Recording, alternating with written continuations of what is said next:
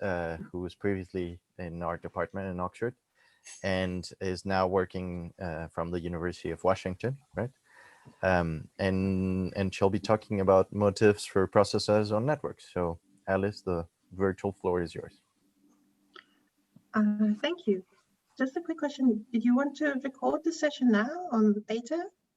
Yes, I think it's already. Okay. I've started to record. I think it's running.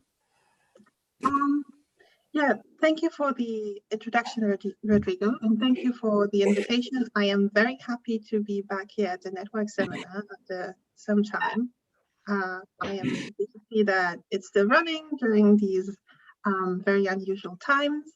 And it's nice to present this work here because honestly, this has kind of been in the works for a few years, and it started at this very university in the very halls that you would usually be working in.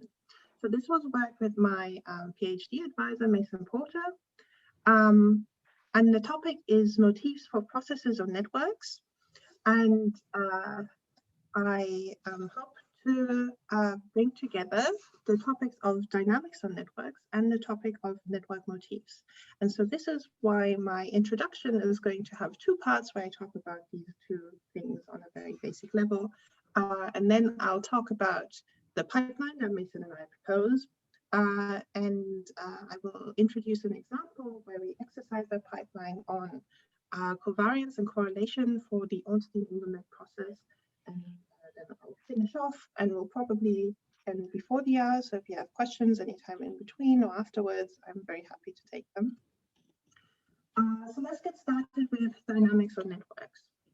So, and first of all, if you've been, for example, to NetSci last year, you see that the higher order networks, temporal networks, they are all the rage. So just as a disclaimer in the beginning, when I talk about networks, my networks are kind of boring in the sense that they can be weighted or directed, but for most of the talk, it's fine to just think of them as simple graphs. There's no temporal aspect to the network structure itself, and there's also no higher order aspect. And this is Emmy, and Emmy will cause some mischief for the rest of the hour. And so when I talk about dynamics on networks, I'm talking about a dynamical system. Specifically, we're going to focus on linear dynamical systems on networks with some stable steady state.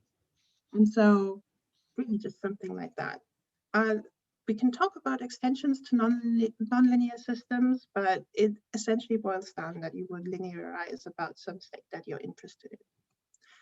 So, but even within that kind of restricted settings of linear processes on networks, there's ample of applications out there where these types of systems have been successfully used. So for example, the Ornstein Uhlenbeck process that I'm going to talk to you about today is a very popular model in network neuroscience and also in financial networks. And there's some discussion of using that or very similar models for information propagation or opinion dynamics on social networks. And coming to network motifs. So most of the time, network scientists think of structural motifs. And those are small connected subgraphs in networks. Now, the definitions vary, but generally it seems that these subgraphs are in some way important for a system's function. So I highlighted the words important and function over here to emphasize that there's a lot of room for different definitions of network motifs. For example, we can have different ideas of what constitutes a network's function, and we can have different ideas of how to identify subgraphs that are important for a network function. But these technicalities aside, what are those network motifs useful for? So what can we do with them? So one thing that we can do is we can count them to characterize a network or to characterize motifs themselves. So counting motifs is actually one way of determining if a motif is important. So one thing that people do a lot, for example, is count motifs within a network and see whether some of them occur more frequently than you would expect from some random graph norm model. And if they do, say that these motifs are possibly important for whatever the network is supposed to do. So, but coming from mathematical modeling, I'm hoping to do something that is kind of more model focused. And I should say that I'm not the first person to do that. So a lot of people have considered simulating dynamics on isolated network motifs. So you start with a small structure that you believe to be important, and then you simulate dynamics on that small structure. And so by doing that, so most of these studies simulate dynamics on isolated motifs. So the results indicate something about how we can interpret a motif as a small independent functional unit. For example, a feedback loop, a feed-forward loop. What do they do as a small functional unit? But what you can't do this way is address questions about how motifs contribute to the network as a whole. And so this is where I would like to contribute. We're talking about the question, how can we identify motifs that are important for emerging properties in networks? And so here's the pipeline. And so what I'm going to show is we have the pipeline here in blue boxes at the top, and in the bottom we have in orange an example. And so that example I'm going to talk about more later. So that is just for illustrative purposes now, and we'll get the details later. So we start by choosing a dynamical system that could be, for example, just the linear spreading or diffusion process. And we choose a system property that we're interested in. And I'm going to call that Y for now.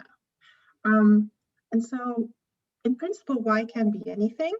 In practice, we need to obtain a matrix power series expression for Y, and that is not necessarily easy. It is possible, however, for many functions of linear dynamical systems. And so here, down here, we have the example for the covariance of the Ornstein Uhlenbeck process. And so next, we interpret the terms of the matrix power series as contributions of microprocesses to Y. And counting all microprocesses that can occur on a small piece of network structure, we can infer the contribution of a structure motif to Y from the contributions of these microprocesses. And that leads to interesting things like we learn which motifs are important or not important for certain properties of the dynamics, and we can rank the motifs by how much they contribute. And so moving on to the example down here, so we start with the Ornstein Uhlenbeck process, and we're going to look at covariance and correlation in that system. So first I'm going to talk about why anyone should care about the Ornstein Uhlenbeck process. The Ornstein Uhlenbeck process is a linear stochastic differential equation. It is the continuous time equivalent of a first order linear autoregressive process. It appears frequently in studies of network network neuroscience, in econometrics, and is relevant, for example, for network inference. There are good reasons to study more complicated models that are more realistic.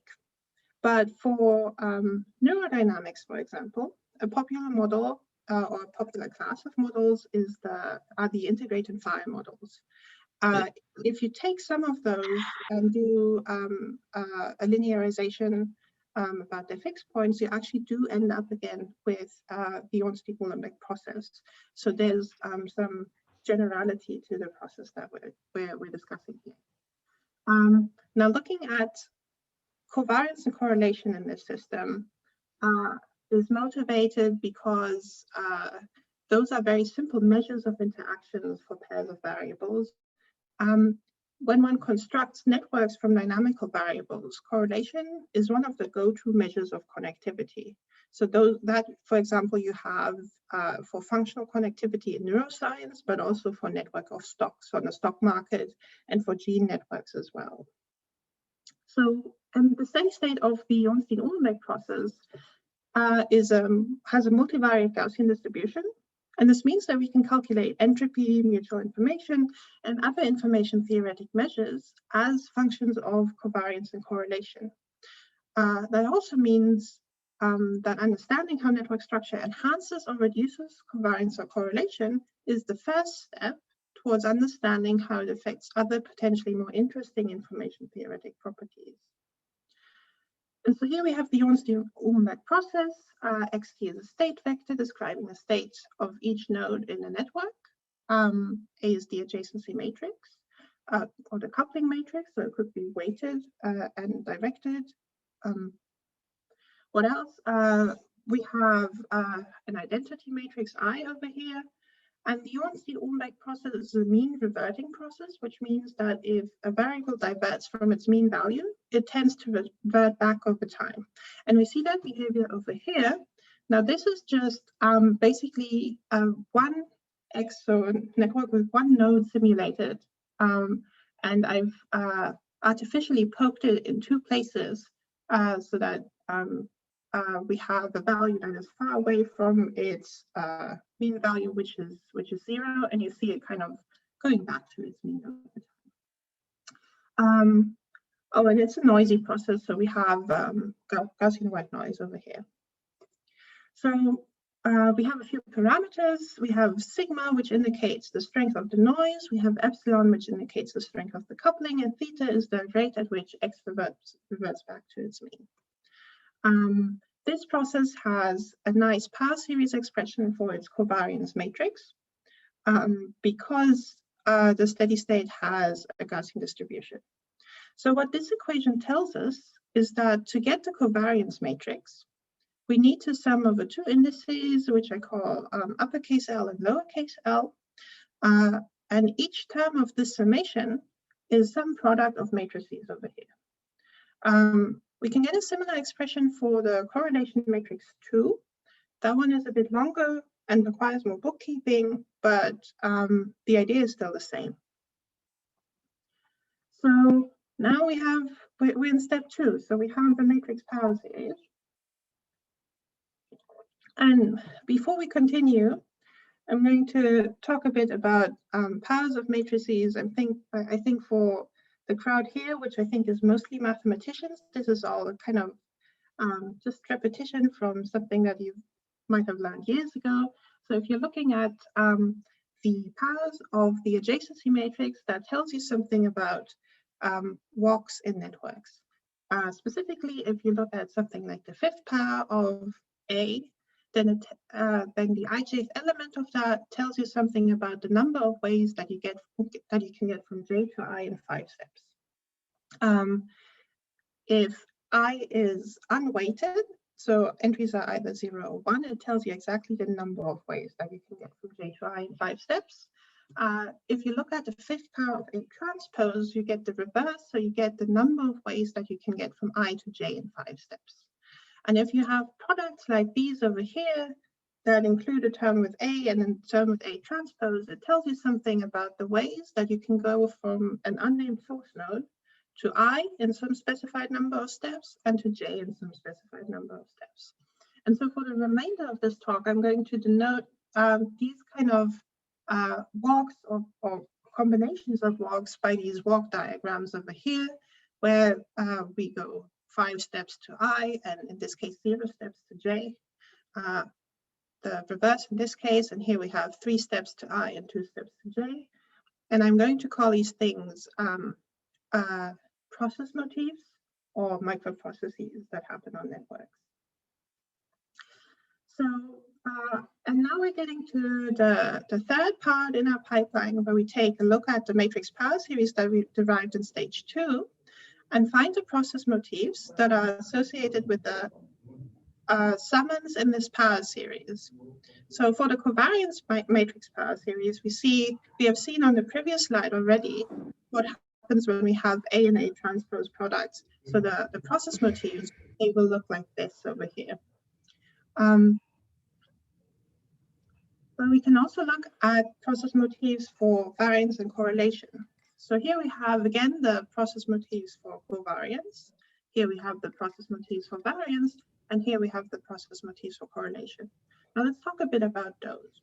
What I like most about these results is how intuitive they are. So we see that process motifs for covariance between nodes I and J are microprocesses during which a signal moves from a source to node I and to node J.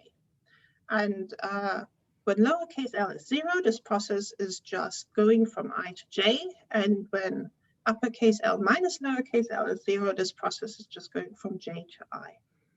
So what this tells us is that statistical dependence between two variables can indicate either a direct causal relationship between these two variables, or it can indicate that there's a third variable that has a causal relationship with both. If we're looking at the process motifs for variance, that is really just the same thing. So we're looking at the diagonal elements of the covariance matrix, and that is where I and J merge, so the process motifs would look like this. So we have a signal that goes from somewhere to node I along two different walks. Looking at the motifs for correlation, so they look a bit more complicated, but they are actually just made up of a process motif for covariance in the middle, and a lot of process motifs for variance at the nodes I and the node J.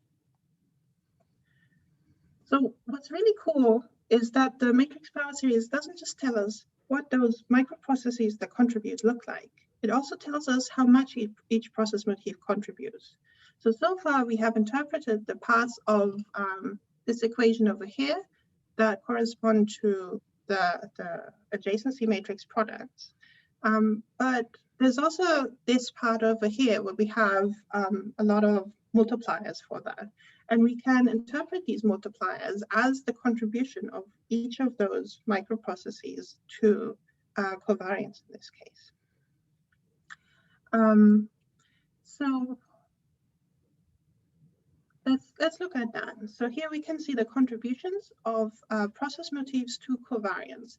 And that depends on those parameters, uppercase L and lowercase l. So we would see that back here, that we have uppercase L and lowercase l contributing to the multipliers over here, as well as the parameters of the Ornstein Uhlenbeck process.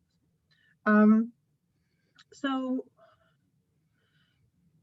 intuitively, process motifs with fewer steps, which are the ones that you would have down here in this diagram. So these are the ones that contribute most to covariance. Now note that this is a log plot, and we have the logarithm as numbers in this diagram over here. The reason that process motifs with fewer steps contribute more is that the Ornstein Uhlenbeck process decreases the signal to noise ratio at each step. So a process motif with many steps doesn't contribute as much to the covariance between two nodes as a process motif that directly connects I to J or only includes two steps from like some confounding node. Now, another observation is that contributions are large when the number of steps from the source node to I and the number of steps from the source node to J is roughly the same. So that would be kind of this diagonal part of this plot over here. And so what you see, for example, is that you have a higher contribution, say, in the case where you take 2 steps in each direction, which makes a total of 4 steps for the process motif, and that the contribution is higher than when you take 3 steps in one direction and 1 step in the other direction. And this again is quite intuitive because we have mean reversion in the Ornstein Uhlenbeck process. So a signal that arrives at node I will decay over time.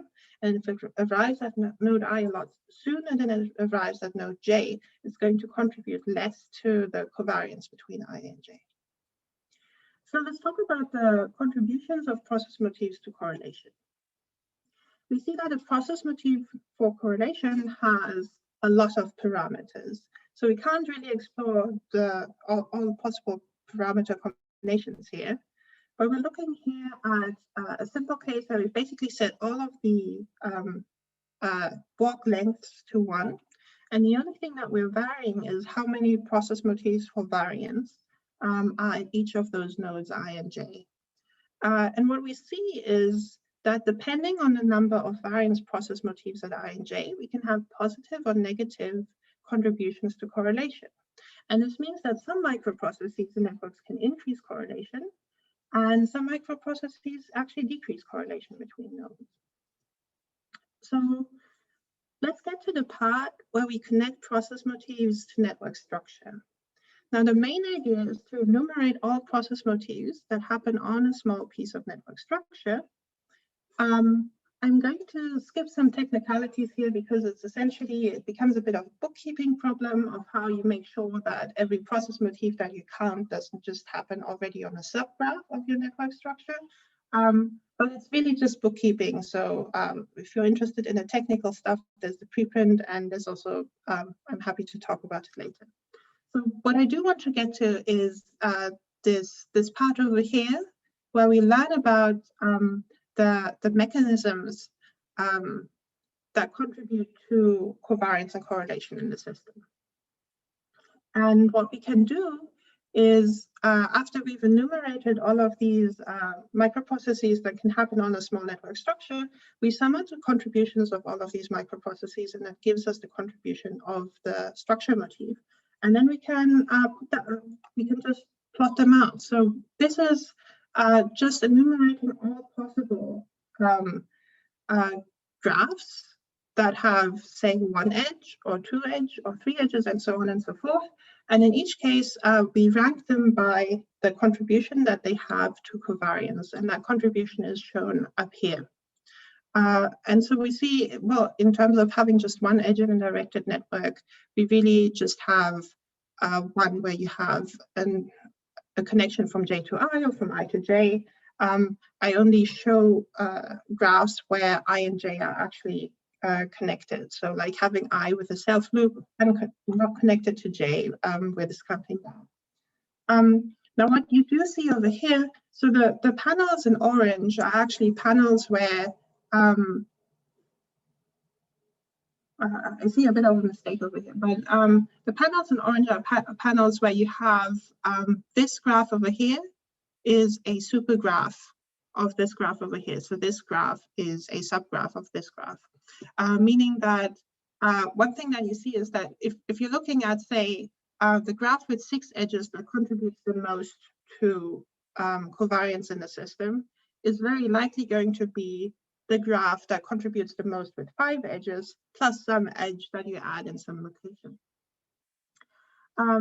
You also see that a lot of these graphs have self-edges, and that is because whenever you add a self-edge to a graph, what you essentially do is you increase the number of process motifs by a lot. So basically, if you have a process motif that is just going from J to I in one step, remember that that counts as like the 1-0 split in the walk diagram.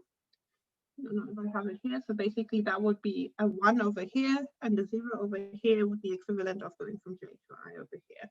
So if you add a self-edge to that graph, what you essentially do is that for every process motif that you already have, suddenly another one becomes possible where you say, okay, I'll go from J to J, and then I'll go from J to I.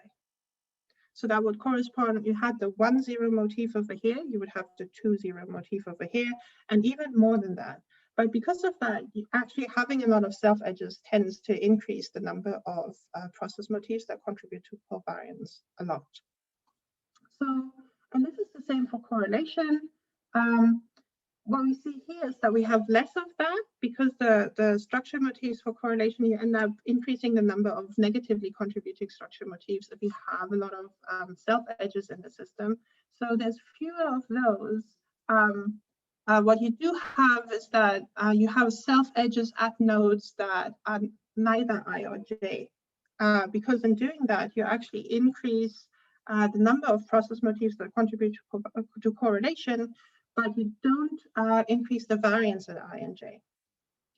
I think so far it's kind of been like maybe a bit overwhelming, and also the results that we got, they were nice in that they were intuitive, but I haven't really told you anything that you wouldn't have kind of guessed already. Now, this is just looking at the structure motifs with at most 2 edges. And I think those are actually the most interesting to look at, because comparing those can tell us something about synergistic effects that come into play for covariance and correlation in this process. And some of these are actually some that, at least to me, weren't that intuitive. So for example, we're going to focus on correlation over here. We have this panel, which tells us that having just a single directed edge going from J to I or vice versa is having a positive contribution to correlation between these two nodes. Now that is intuitive, but down here we have some panels that indicate the structure motifs that have a net negative contribution to correlation. And so, for example, if we compare this one over here to panel J, we see that if we started out having a directed edge between nodes J and I, and we add another edge from a third node going to I, that then has a net negative contribution to correlation. It makes sense when you see it from the perspective of node J. So if I'm node J and Carol is node I, and I want to send a message, I want to talk to Carol, then if all of you others, if any one of you is going to unmute yourself now and talk to Carol at the same time, it will be harder for me to communicate my information to Carol. And so that's what we see over here when we compare panel A and panel J. Now, an even less intuitive result is that if you start off like this, you have a connection, a directed connection from J to I, and then you add another edge to complete the bidirectional edge in this system. That also has a net negative contribution, because you've increased the torque between I and J, but you've also increased the variance at both by kind of essentially creating this reinforcement loop for both. So that net increases the variance more than the covariance, and therefore decreases the correlation in that system. So, and this is how I see these contributions of process and structure motifs being helpful, in that we can compute them easily, we can look at them and learn something about synergistic effects that contribute to the emergence of properties in linear dynamical systems. And so with this, I'm going to close. I hope I have conveyed that there's a lot of potential for a modeler's perspective on the connection between emergence and motifs in networks. Understanding the relationship between dynamics on networks and network structure can reveal a lot about how structure can influence a complex system's behavior. So recent research includes several proposals of concepts that are similar to process motifs in this talk. Something that is new and potentially unique to what Mason and I have contributed to the discussion is that our definition is based on walks rather than paths in networks. And this makes it possible to study motifs for dynamics where recurrence is or might be important. So for example, we have seen that closing loops and thereby creating more variance where signals can go back and forth again. That is something that comes about if through recurrence in a network, things coming back to where they came from. And that is something that you wouldn't get by just studying paths in networks. So there's a lot of potential for applications where people care about recurrence. For example, models of recurrent or complex contagion in epidemiology, in opinion dynamics, information diffusion, and network inference. Also for the study of, say, recurrent neural networks. And so finally, I just want to come to the point where I say, perhaps this talk is a bit unusual in that I haven't presented any data set where we have huge positive correlations. I haven't presented a predictor for any behavior of a complex dynamical system, and I haven't presented a mathematical tool that lets us compute solutions for differential equations that we couldn't compute before. All I have done is use some basics of interpreting powers of matrix power series, interpreting powers of adjacency matrices to get some intuition of how imagined properties of dynamical systems come about. But I do think this is, it is easy but fun, and it increases our understanding of potentially many applications where you have dynamics on networks. So, and with this, I'd like to come to an end, and I'm happy to take any questions. Thank you very much, Alice. I'm glad we got to see your cat. I'm very glad. It's a famous cat in Twitter. I'm very glad that she didn't kick me out of the Zoom so far. Are there any questions? I have one, but I'm gonna let the audience first. If there are any questions. I think Gesina's raised her hand. Yeah, I've got a question. Thank you, Alice. It was a really interesting talk. There was something which I didn't quite get, which is, so you have your Ornstein Uhlenbeck process, but there's an underlying network which is described by A, right? Mm-hmm. Yeah. So some of the properties of your Ornstein Uhlenbeck process should be linked to the properties of the network A. So for example, if A is disconnected, so if the network is disconnected, do you still have the same covariance, correlation, influence? So if A is disconnected, we're currently just looking at covariance and correlation, which is not a property of the full network, but it's a property between two nodes in the network. So if that node pair is in a connected component, then you would have motifs like these that somehow connect nodes I and J. And therefore you have covariance and correlation between these two nodes to some extent. Now, if I and J are in different components of your your disconnected network, then there wouldn't be any of these motifs connecting I and J, and therefore the covariance and correlation between these two nodes would be zero. Just by counting the motifs that contribute, you end up with zero motifs that do. Does that answer your question? Okay. So that's assumed implicitly here that the network is connected. When you show your calculation about the influence. Yes and no. So the motifs that contribute, those only come about when the network is connected. But the pipeline still works in this, even when the network isn't connected, because what you say is these are, so what I'm showing on the slide is motifs that if you find them in the network, they will contribute to covariance, and they will contribute by the amounts that you see in the top of these panels. So if you find none of these in your network, then what the model tells you is there's going to be a zero correlation or covariance between these two nodes. Okay. And so what I really liked about it, so I wonder whether you're going to look into that, is that quite often when people use motif counts, they count the motifs separately. But with your Ornstein Uhlenbeck process, you could also look at the joint occurrence of two motifs, right? Oh my God. I think did you? So you could look at So what do you have in mind when looking at the joint occurrence of motifs? So in some sense, you're already showing that with this slide, right? So if you look at motif A, B, C, and D, so you might think, oh, motif D is really unusual. But if you've already seen A, B, and C, maybe it's not so unusual anymore to also see D. Oh, I see, yeah.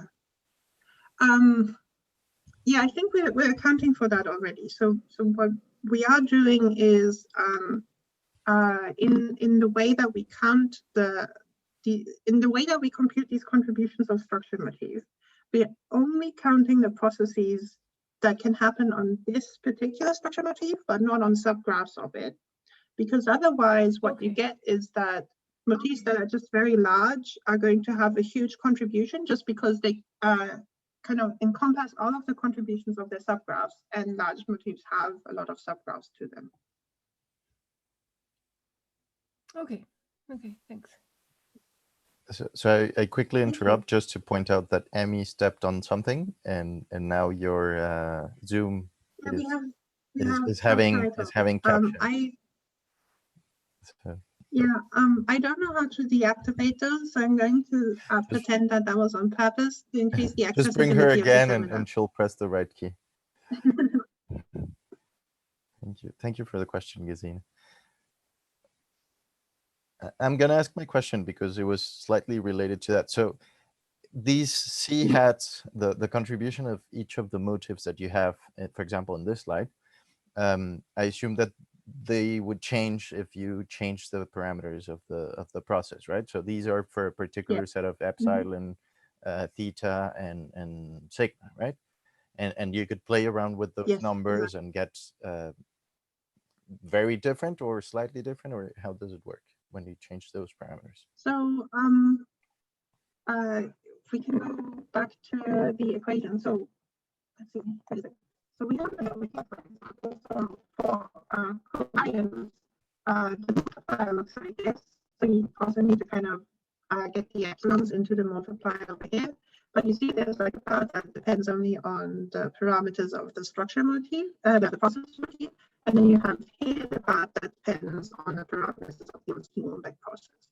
So what you see is that the noise strength and the timescale parameter, they contribute in a boring way in just their multiplicative factors. So if we increase the noise strength, for example, it just cranks up all of the motifs of all of the motif contributions by some factor that is the same for all of them. The only one that does make a difference in terms of the rankings between contributions of structure motifs is the coupling parameter epsilon. So if you crank up epsilon, you get fairly large contributions from large motifs. Because of the way that we kind of subtract away all of the contributions of subgraphs, what you actually have is that large motifs contribute less than small motifs, always. But the way that the magnitude of contributions decays, that is going to be affected by the parameter epsilon, and if epsilon is large, then you have a slow decay, so you have large contributions of large motifs. If epsilon is really small, then what that means is that your coupling strength isn't that large in the system, and so the signals that kind of propagate throughout your network are going to decay over very few steps, and then you have a fast decay of the motif contributions. So in that case, any motif with, say, more than 3 edges is going to contribute close to nothing. I see. Thank you very much. So in a way, if you were going to use this in a different system, you have real data, and you don't know the underlying process. No, sorry, if it doesn't make sense. If you don't know the underlying process, then it doesn't work. Okay, thank you very much. I'm going to answer that anyhow, because I get that question a lot, because I also talk to data scientists about this. So what happens if you don't have the underlying process, you just have some data and you want to work with that? And you're right that in that case, this pipeline doesn't have a clear extension to that, so you can't apply this if you don't start out with a differential equation.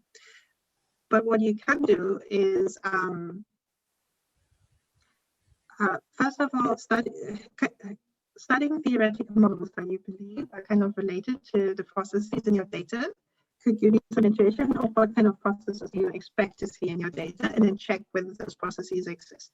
And for that, the data needs to be in some way timestamped so that you get something that looks like a walk on the network. So you haven't just gotten I don't know, similarity between nodes or what, like the structure. You have gotten data on things, people kind of using a traffic network, for example. And so you know that people traverse that network in some way, and you have measured how. And so if you do that, essentially what you're measuring are the microprocesses, and then you can see there's kind of, do the microprocesses that you measure, do they make sense in the context of the model and the microprocesses that you expect to see? Mm-hmm. Thank you, Alice. Are there any other questions?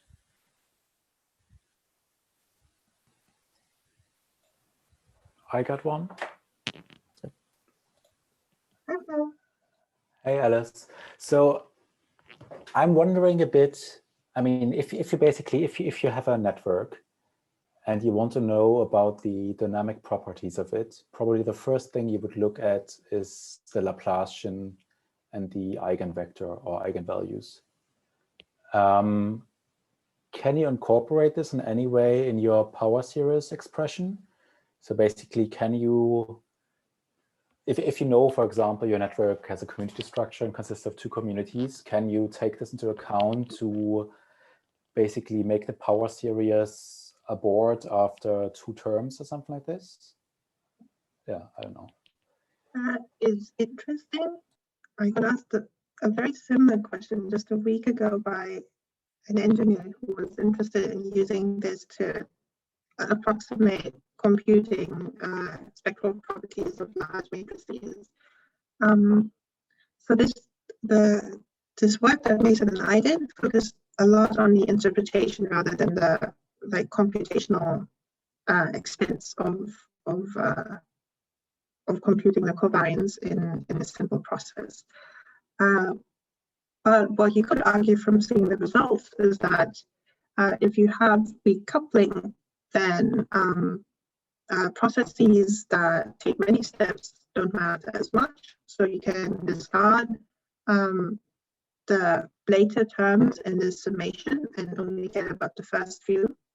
Now you can also compute the covariance matrix using the spectrum. So I think kind of over a convoluted way that could potentially be shortened, you can get to a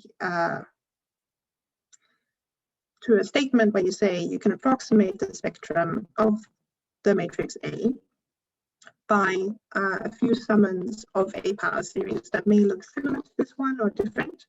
And the convergence is going to depend on how strong the coupling is. Now that I say it, it seems like semi-obvious. And I wonder if people have done that already. Seems like something that should be done already. Thanks. Thank you. Are there any other last questions for Alice? I have a question. So this is really cool analysis. I was wondering, have you tried it for something else but the Ornstein Uhlenbeck process already, or?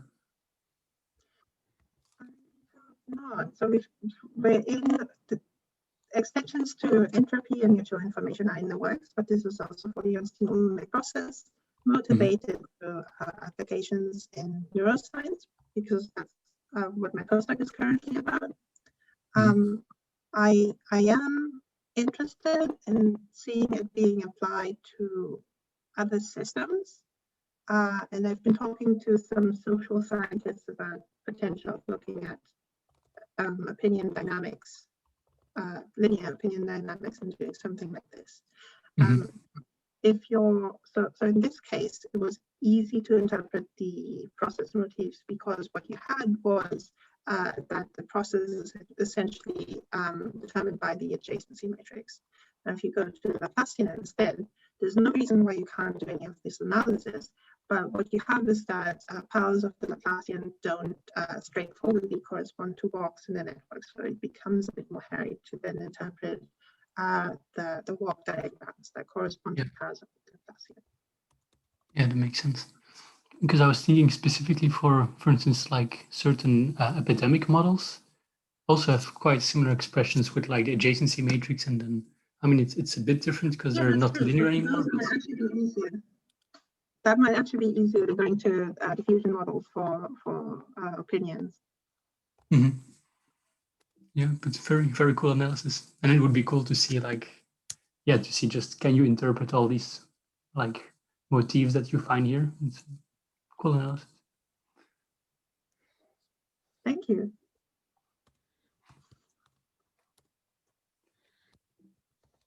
Thank you. Any other questions?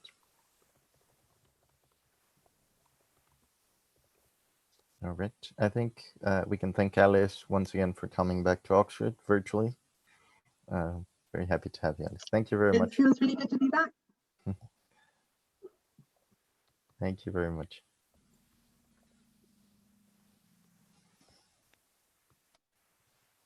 Okay, there's a thank you note in the chat, a couple of thank you notes.